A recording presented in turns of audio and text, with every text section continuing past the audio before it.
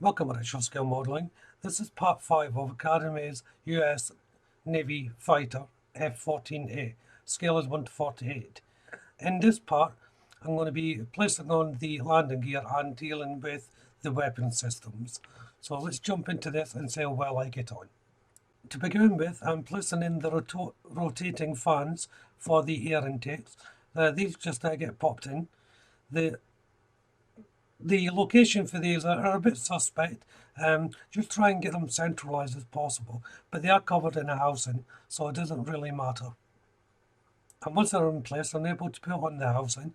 This fitted in really well. Times before when I've done this type of aircraft, I've always had a particular problem with this part of the build. Don't know why, probably just me, but this one went in really nicely. I didn't have to muck around with the tapering at the end. Sometimes that has to be held down for ages to fit while you've joined up the rear part of the housing. But as I said, went in excellently. So the next part that I'm going to be fitting is this little component here. I don't know what it's for. It just fits in front of the front landing gear compartment. There's a couple of options here. It didn't give you a variant, so I just picked the nearest one to hand. So it's time to fit the landing gear. There's two little location points for this to slot into, and it just popped in without any issues. Next are the doors for the landing bay. I generally have problems with these also. I always find them difficult to fit. They shouldn't be difficult. Again, it's probably just me, but I got them in okay. Each side has two sections, a tiny little section and the main section. It helps if you butt it up against each other, so it just gives something to grip onto instead of the two small location points on the edge of the part when you fit it. And then it's for the main landing gear. The doors here, the inside ones, fit them first before you place in the gear. That way you have a lot more room to work with. And once they're in, you can then place in the actual landing gear. And same with the front, there's two location points for this to hold on to. One for the main stem and one for the branch that comes out. So now I've got a bit of weathering powder out, and I'm using Tamiya's Weathering Master Series E, and I'm using the grey component. And what I'm doing is just going over the ridged areas to give it a little bit of definition. The inside of these landing bay doors is the only pasture that you'll really see. So once one side's done, then I can do the second side. As you can see, I've already placed on the door my pencils in there, just holding it in position while I can work on the other one. The location points for these, again, is simple to follow. These ones are just an awkward shape, so it takes a bit jiggling just to get them in place. But it is important to get them in the proper location, because if you're putting on the weapon system, they'll be buttoned up against this door. So you want to make sure there's enough room for whatever weapons you choose to place on.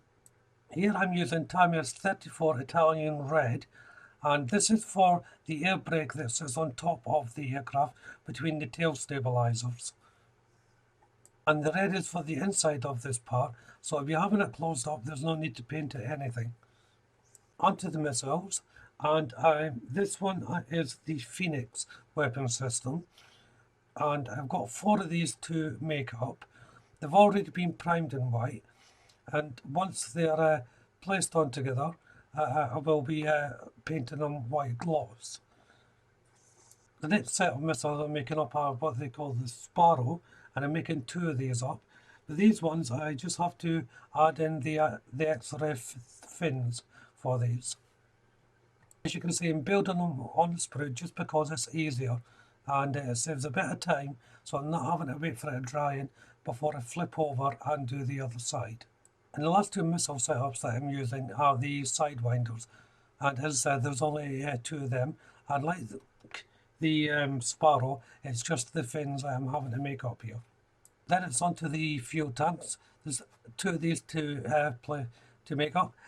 Again, I'm making these up on the sprue. Now, this is something I often do with weapons. It's all to do with ease of handling the unit before taking it off the sprue. That way I can get it on the sprue, I can paint it mostly on the sprue, and when I take it off I'll just clean up the actual little contact points. So now I'm going on back to the Phoenix, everything is dried, and I'm just painting in, and I'm using 07 gloss black. Now the kit does give you decals to do this, you don't have to paint them, but I prefer to paint these little bars. The markings are nicely defined on them as well, so it's not a great hassle painting these up. Now the head of these missiles I'm painting black.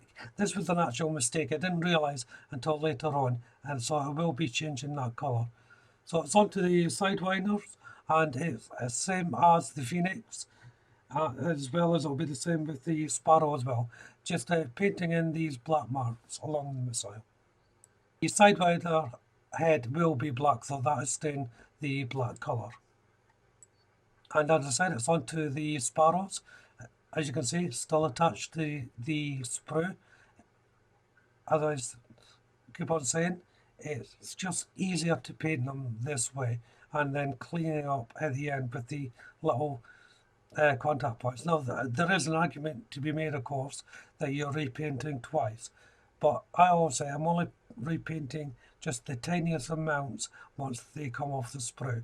But only once if you're using a brush. It's quite difficult to do and justify if you're using an airbrush. An airbrush, you can take it all off, clean it all up, and paint it in one go without interference with your fingers. And that's one of the main reasons why I do this. The Phoenix bracket system is getting painted in 75 gunship grey, Revit aqua colour. There's two parts to this particular piece, one longer and one smaller part, which goes on the underside of the aircraft, of course. And it's the same colour for the Sparrow head, so that's the Revit aqua colour 74 gunship grey for the tips of these missiles.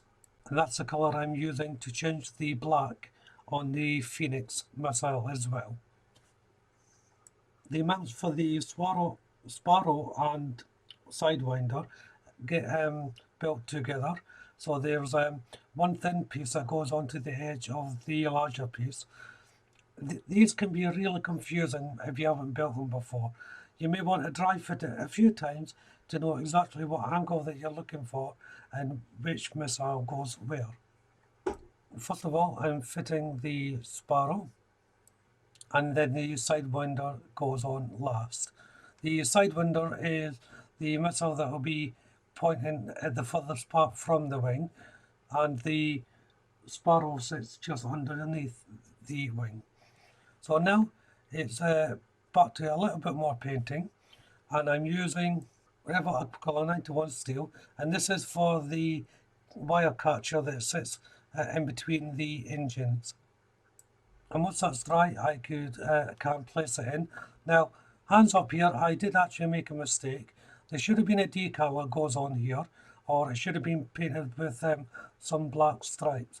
I didn't realise that until it was too late, so I improvised slightly, but I'll get to that once I start placing in the decals. So I'm putting in the Phoenix brackets in now, and as you can see, they run in the centre of the fuselage.